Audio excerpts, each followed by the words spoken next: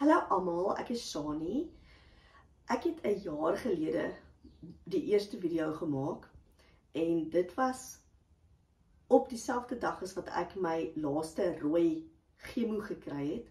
So dit is nou 'n jaar later en ek wou eintlik al lank 'n video gemaak het, maar die tyd het ons so ingehaal en my administratiewe beampte, wat my dogter Michelle is, sy het nou matriekeksamen geskryf, so dit was maar 'n bietjie 'n besige tyd, so nou kry ons eers tyd om weer 'n video te maak.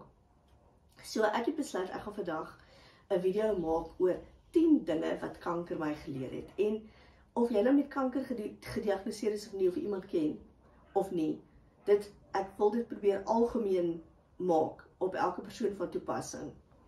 So hierdie 10 dinge wat ek neergeskryf het, kan jy ook in jou lewe gebruik. Maak nie saak of jy 'n siekte het of nie, of gediagnoseer is of nie, of wat ook al jou dingetjies in jou lewe is. Ek hoop dit gaan vandag vir jou iets beteken.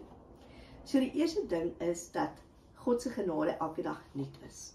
En dit het ek regtig ervaar in die tyd toe ek my chemo gekry het.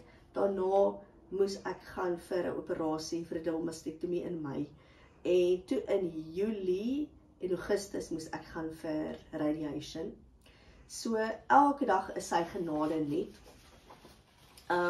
Ek wil graag vir julle hierso net lees. God se genade is nie 'n voorraad wat jy moet opgaar nie. Dit is vars elke oggend. Dink dit vars elke oggend, nee, soos gebakte brood. Elke oggend vars. En Klaagliedere 3 sê, die Here se troue liefde vergaan nooit. Troue liefde, nee, troue liefde. Sy ontferming hou nooit op nie. Dit is elke môre nuut. So dis elke oggend nuut en vars. En dit staan nie oor na die volgende dag nie, maar elke oggend is alweer nuut. En u trou is groot. So dit hou nooit op nie, dit is elke dag daar. En dit het ek definitief ervaar deur hierdie afgelope jaar en 'n half. Ek is Julie verlede jaar gediagnoseer. So dis 'n jaar en 'n half later en elke dag is sy genade nog steeds nie. Dan nommer 2. Elke ding het sy vaste tyd. Nou, dit is ook 'n baie bekende gedeelte in die Bybel, Prediker 3. Ek wil net sê ek is nie 'n teoloog nie, ek is nie 'n predikant nie. Ek is nie gekwalifiseer om te preek of enige ietsie nie.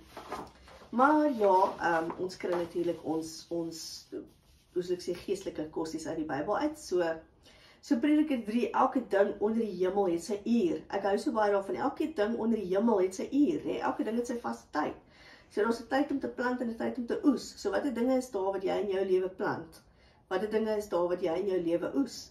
Is dit goeie dinge, is dit slegte dinge? Hoe lyk jou oes wat jy in jou lewe kry? Is dit 'n misoes of is dit 'n baie goeie oes? Die boere en die boervroue sal die ook goed verstaan. En wat plant jy in jou lewe? Plant jy dussels en doringbome of plant jy blomme en vrugte en groente? Daar's 'n tyd om gebore te word en 'n tyd om te sterf.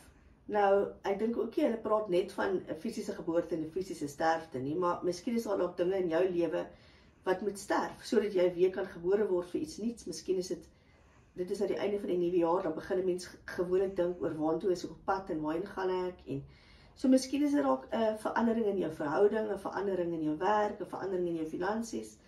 Miskien moet jy dalk iewers 'n groot besluit neem. So ek dink elke ding het regtig sy vaste tyd. En by ons ook, ek het al so gedink, selfs hierdie kankerdiagnose, die Here se tydsberekening is nooit verkeerd nie, nooit. Hy het die diagnose laat plaasvind toe my jongste nog klein genoeg was dat sy dit eers gaan onthou nie. En my oudste ene was in graad 11, so ek dink, en teen die tyd wat ek toe nou eers weer alright is, toe sy graad 12, so hy het dit so bewerkstellig, dat toe sy met matriekeksamen skryf, toe is ek al weer alright. So ek dink, sy tydsberekening is absoluut net perfek. Hy het gehelp dat ek net eers my studies gaan klaarmaak, en toe kom die diagnose. So kan julle dink hoe ongelooflik julle elkeen se lewe ook is, hoe ons elkeen se lewe inpas in die legkaart, in sy groot legkaart. 'n tyd om te breek en 'n tyd om op te bou. So ons almal moet baie keer goedjies afbreek in ons lewens, sodat iets weer opgebou kan word. 'n Tyd om te huil, 'n tyd om te lag. Ek meen, ons gaan nie altyd lag nie, ek het ook nie altyd gelag nie. Ek het ook maar gehuil die dag toe my hare uitgeval het. Toe het ek maar 'n bietjie gehuil daar by my man, toe was hy my matroos. En so elke ding het sy season. 'n tyd om stil te bly en 'n tyd om te praat. Dis moeilik vir ons, nee, dis baie moeilik. Dis tyd om stil te bly en 'n tyd om te praat. Maar 'n mens moet ook maar jou keuses maak, wanneer is dit die beste om te praat? Partykeer moet 'n mens oor goedjies praat, wat jou pla, en ander kere moet 'n mens maar liewer dalk stil bly. Miskien hoef mense altyd daai battle te wen nie. 'n Tyd vir oorlog en 'n tyd vir vrede. So baie keer dalk is daar op die oomblik oorlog in jou huis, of by jou werk, of in jou bankrekening, of in 'n vriendskap, of in 'n familie. Maar hopelik gaan daar een of ander tyd dalk weer vrede ook wees. En as daar nou vrede in jou huis is, wees bly oor daai vrede, want jy weet ook nooit wanneer die oorlog dalk gaan kom nie. 'n Tyd om bymekaar te maak, en 'n tyd om weg te gooi. So dalk is daar ook goedjies in jou lewe wat jy dalk moet weggooi. Wanneer daar dalk goedjies is wat nou sy tyd uitgedien het. So ja, ek dink elke ding het regtig sy tyd, en ek dink 'n mens moet vir jouself besluit wanneer is die tyd vir dinge in jou lewe. En ek dink vir alles wat jy so 'n diagnose ontvang het, dan is daar maar seker dingetjies waaroor jy ook dink en waar jy is ook op pad en waarheen gaan ek en wat is regtig belangrik. Dan wil ek nou graag by my derde dingetjie kom. So nommer 3 is al die hare op jou kop is getel. So daar's 2 tekste in die Bybel, Matteus 10 en Lukas 12, wat verwys daarna dat al die hare op jou kop getel is. En van julle is selfs die hare op julle koppe almal getel. Moenie bang wees nie. So, en ek dink as mense hare uitval van chemo, dan besef jy regtig hoe belangrik daai vers in die Bybel is. Dat die Here jou so goed ken dat al die hare op jou kop getel, nie net party nie, al die hare. En dink jy hoeveel duisende hare het ons op ons koppe. En hy ken jou so goed, hy weet wanneer jy sleg voel die dag, hy weet wanneer jy goed voel, hy weet wat jou pla, hy weet jou kinders se probleme, jou man se probleme, as ook probleme by jou werk is, in jou huwelik is, in jouself is, by jou familie is, waar ook al jou probleem is, hy ken jou probleme. So, geen probleem is te klein of te groot om te hanteer nie. So, ek dink baie keer weet mense altyd hoe om jou probleme te hanteer, jy weet nie op dinge in jou lewe te hanteer, maar daar is iemand groter as jy wat weet hoe om jou probleme te hanteer. En ek het dit ook weer ervaar in hierdie jaar en 'n paar maande. Dan nommer 4, karakterbou en groei. Regtig waar julle, ek kan dit absoluut sê, dat my karakter is definitief gebou, en ek voel dat ek gegroei het in hierdie tyd, en sterker geword het, en geleer het om dinge te kan hanteer, en as die stormpies om jou slaan, dan om net kalm te bly, en probleme op te los, en elke probleem op sy tyd te vat, soos wat dit kom. En soos wat ek ook al vir die ander dametjies gesê het, wat saam met my in treatment is, ons lewens gaan staan nie stil, omdat ons 'n skielik kanker het nie. Ons het nog steeds kinders, ons het nog steeds 'n man, ons het nog steeds 'n huis, en ons steeds werke, en alles gaan nog steeds aan. Die lewe gaan staan nie stil, omdat jy skielik siek geword het nie. So, jy moet elke probleem nog steeds elke dag hanteer. So, deur enige slegte situasie, bou 'n mens se karakter, of jy laat dit toe dat jou karakter gebou kan word, en jy kan groei, soos 'n plantjie. Dan nommer 5, meer dankbaarheid. Julle, ek kan 'n lang tyd daaroor praat, dat 'n mens regtig moet dankbaar wees vir dit wat ons het. By ons werk is daar 'n stel trappe, 2 stelle trappe, en elke stel het 9 trappe. So met ander woorde, daar's 18 trappe, wat ek elke oggend moet opklim, om by my kantoor te kan kom. En ek het daar vir myself 18 dinge uitgeskryf, waaroor ek elke oggend dankbaar is. En dit is stupid goedjies, al is dit soos dat ek kos het om saam te vat werk toe. Dankie Here dat ek nog 'n werk het. Dankie vir my kollegas. Dankie vir my man, dankie vir my kinders. Dankie vir my gesondheid. Dankie dat ons 'n kar het om soggens werk toe te gaan. Dankie dat ek vanaand 'n huis het om na toe te gaan. Al daai goedjies, 18 goedjies. En elke oggend voor ek opstap by my werk se trappe, dan dink ek aan daai 18 goed en ek sê vir die Here dankie vir daai 18 goed. En ek bedoel, daar's meer ook. So as jy eers aan jou blessings begin dink, dan gaan jy op die einde op baie meer as 18 blessings uitkom. So ja, so ek kom net sê, meer dankbaarheid vir al hierdie tyd van die jaar, wanneer 'n mens bietjie moeg is, wanneer jy bietjie uitgebrand is van die jaar se dinge. Dan nommer 6. Ander mense se situasie is altyd erger.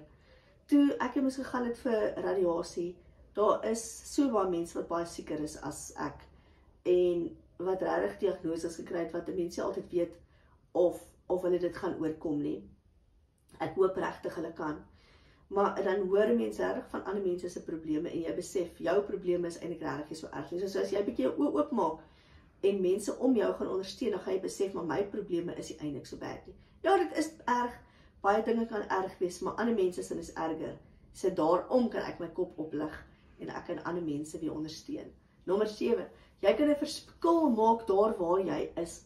Een van ons plaaslike dominees het 'n WhatsApp status en ek love daai status. Dit sê doen wat jy kan met wat jy het daar waar jy is. En dit is regtig waar. 'n Mens hoef nie baie geld te hê of baie belangrik te wees of 'n belangrike posisie by jou werk te beklee of 'n goeie sportman te wees of 'n goeie kunstenaar te wees of wat ook al om mense te inspireer. Ja, jy kan as jy al daai dinge het.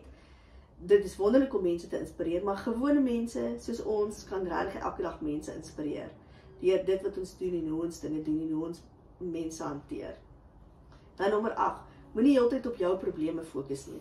So ons is mos maar lief maar daarvoor om op jou eie probleme te fokus en te dink, my probleme is erg en my, ons kla gereeld oor alles maar ja, ek dink dit weer eens, na so 'n diagnose dan besef mense eintlik, weet jy wat, jy hoef nie heeltyd net op jou eie probleme te fokus nie, want dit gaan jou eintlik baie depressief maak en baie moeg maak. So as jy bietjie uitgaan, bietjie buite gaan stap in die natuur, of 'n bietjie gaan shopping doen, of bietjie gaan saam met jou vriendinne gaan koffie, of saam met jou man, of ietsie saam met jou kinders lekker doen, en dinge doen en uitkom, of 'n nuwe stokperdjie, doen liewer sulke goed. Bou liewer jou lewe op, as om heeldag te sit en kla. Nommer 9, uit negatiewe dinge word positiewe dinge gebore. So ek kan nie eintlik vir julle sê hoe baie positiewe dinge uit hierdie negatiewe ding gebeur het nie. Ek en my ma het nou al 'n hele paar praatjies gedoen by plekke wat ons oor baie dankbaar is. Ons is so bly oor die geleentheid wat ons kon gekry het. Sy het 'n ondersteuningsgroep begin vir mense wat deur moeilike dinge gaan. Ek kon die een aand by haar ondersteuningsgroep praat. Ek kon al by party ander kerke praat waaroor ek baie dankbaar is en ook op aan 'n YouTube kanaal waar ek baie dankbaar is. Gaan kyk bietjie maar aan die mikrofoon as jy nog nie gekyk het nie. Baie dankie vir daai geleentheid. Daar gaan nog ander geleenthede ook kom waaroor ons baie dankbaar is. En daar gaan nog ander geleenthede kom wat mense eers van weet in die toekoms nie. Ek weet daar gaan ander geleenthede kom. En selfs om hier 'n video te kan maak is weer 'n geleentheid. Dan die laaste. Die lewe is kosbaar. Nommer 10. Die lewe is kosbaar. En ek gaan dit herhaal. Die lewe is kosbaar. So na so 'n diagnose dan besef mense die feit dat jy lewe, die feit dat jy asemhaal, die feit dat jy opstaan in die oggend is nie net dit is jy moet dit nie net vir granted vat nie. Jy moet dit gryp elke oggend, vasgryp met al twee hande en bly wees dat jy elke oggend kan opstaan en jou dag nuut kan aanvat omdat sy genade nuut is. Okay, so ek gaan gou 'n paar quotes met julle deel en dan gaan ek my poem met julle deel en dan is my video klaar. So hierso kom die eerste quote. Faith does not erase the storm. It gives you peace inside it. Dis wonderlik, nee? So die storm, jy gaan nie noodwendig die storm skiep nie, maar jy gaan as jy geloof het, gaan jy kan vasbyt binne in daai storm. A positive mind finds opportunity in everything. A negative mind finds fault in everything. If you change the way you look at things, the way things look change. And my last quote. Being challenged in life is inevitable. Being defeated is optional. En dan gaan ek die video afsluit deur 'n gediggie wat ek geskryf het. So ek het nou vir julle gesê ek het 'n dubbelmastektomie gehad in Mei en ook reconstructive surgery, rekonstruksie. So uit elke negatiewe ding gebeur 'n positiewe ding. So hierso kom my gediggie vir julle. A toast to my twins, so perky and neat. A fabulous upgrade, impossible to beat. Once there were scars, deep stories told of courage and pain, of being bold. But now those marks, my medals of pride, show battles I fought as one from inside. No longer the same, but maybe more me. A masterpiece carved by bravery. A new life, a new look, a confident glow. Who knew reconstruction could steal the show? Because beauty is not lost, it's simply redressed. To my two new wonders, you simply the best.